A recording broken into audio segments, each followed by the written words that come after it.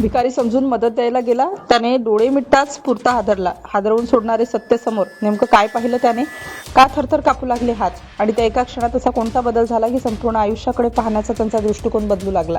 पाटण्याच्या गजबजलेल्या रस्त्यावर तो दिवस अगदी नेहमीसारखाच होता. लोकांची धावपळ, हॉर्नचा कर्कश आवाज, रस्त्याच्या कडेला उभे असलेले छोटे विक्रेते आणि त्यांच्यात एक कोपऱ्यात बसलेला एक वृद्ध माणूस. फाटके कपडे, अस्ताव्यस्त केस आणि हातात एक जुनी पिशवी. प्रत्येक जाणारा त्यांच्याकडे पाहत होता, पण कोणी थांबत नव्हतं. तो माणूस मात्र शांत होता. कुणाकडे काही मागत नव्हता. फक्त येणाऱ्या जाणाऱ्यांकडे बघत होता. काही वेळाने एक तरुण तिथून निघून जात असताना त्याच्या नजरेत तो वृद्ध आला. क्षणभर तो थांबला. मनात काहीतरी हल्लं. चल मदत करूया असा विचार करून तो त्याच्याकडे गेला. तरुणाने खिशातून काही पैसे काढले आणि त्या वृद्धाच्या हातात देण्यासाठी पुढे केला. पण जसं तो पुढे झुकला तसे त्या वृद्धाने अचानक डोळे उघडले आणि त्या क्षणी काहीतरी वेगळंच घडलं.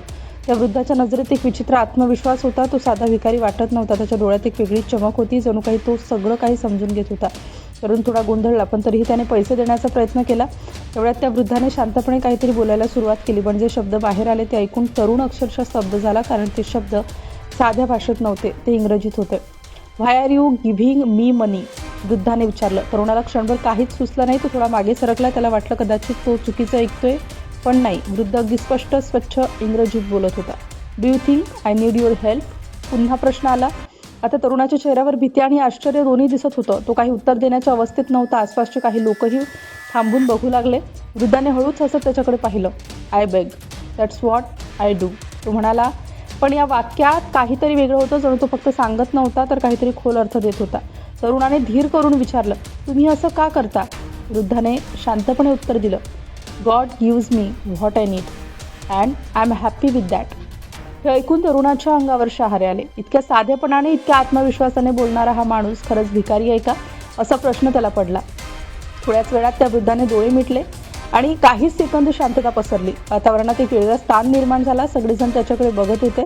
अचानक वृद्धाने गाणं म्हणायला सुरुवात केली. त्याचा आवाज इतका सुरेल, इतका भावनिक होता की सगळेजण मंत्रमुग्ध झाले. ते गाणं होतं he will have to go. रस्त्यावरचा गोंधळ जणू थांबला होता. लोकांनी आपले पाय रोखले. कुणालाही पुढे जायची घाई नव्हती. त्या आवाजात काहीतरी जादू होती. तरुणाच्या डोळ्यात पाणी आलं. त्याला कळेना हा अनुभव नेमका काय आहे. एक भिकारी आणि इतकं सुंदर गाणं. गाणं संपल्यावर काही क्षण पूर्ण शांतता पसरली होती.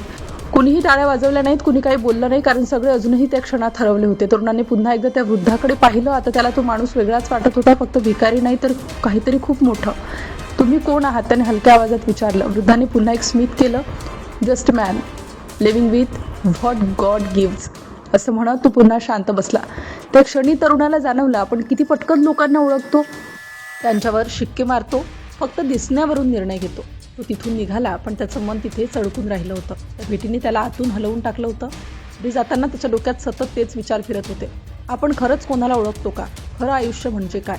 त्या एका घटनेने त्याचं विचार विश्व बदललं होतं. आणि शेवटी त्याला उमगलं, तो वृद्ध भिकारी नव्हता, तो एक शिकवण होता जी आयुष्यभर लक्षात राहणारी होती.